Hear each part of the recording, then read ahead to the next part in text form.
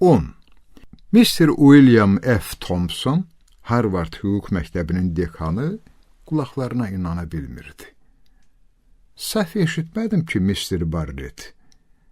Xeyr, sir, cənab dekan Thompson. Bu sözü ilk dəfə dilə gətirmək çətin idi. Təkrar etmək ondan da çətin imiş.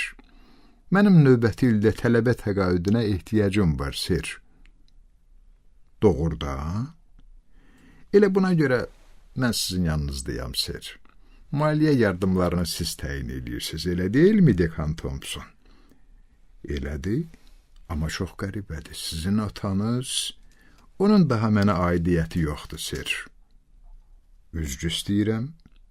Dekan Thompson eynəyini çıxarıb şüşələrini qalstuku ilə silməyə girişdi. Bizim aramızda bir növ narazılıq yaranıb. Dekan yenidən eynəyini taxdı və gözlərində yalnız bizim peşə sahiblərinin başa düşə biləcəyi bir ifadə ilə mənə baxdı. Çox kədərlidir, Mr. Barrett, o dedi. Kimin üçün? Soruşmaq istədim.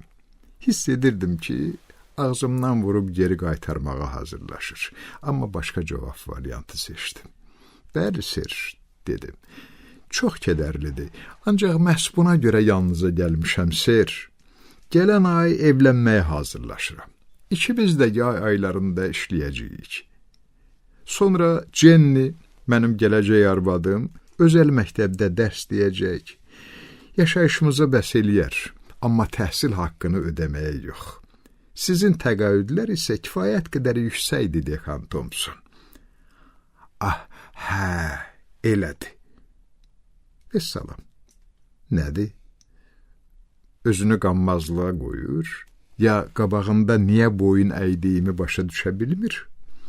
Dekan Thompson, mənim təqaüdə ehtiyacım var.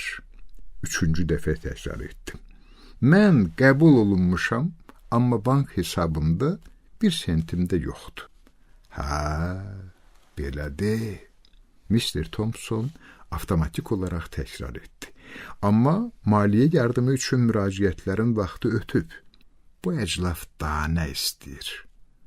Ona detallar lazımdır, bəlkə qalmaqal istəyir. Nə? Dekan Thompson, mən institutda ərizə verəndə bilmirdim ki, belə alınacaq. Tamamilə haqlısınız, Mr. Barrett, amma deməliyəm ki, xidmət etdiyim qurum ailə daxili mübahisələrin həlli ilə məşğul olmur. Özü də belə incə məsələlərdə. Yaxşı, dekan Thompson, deyib ayağa qalxdım. Söhbəti hansı istiqamətə yönəltdiyinizi anlayıram. Sizi də başa düşürəm. Atamın hüquq məktəbinə Barrett Hall kimi daha bir bina bağışlamasını istərdiniz.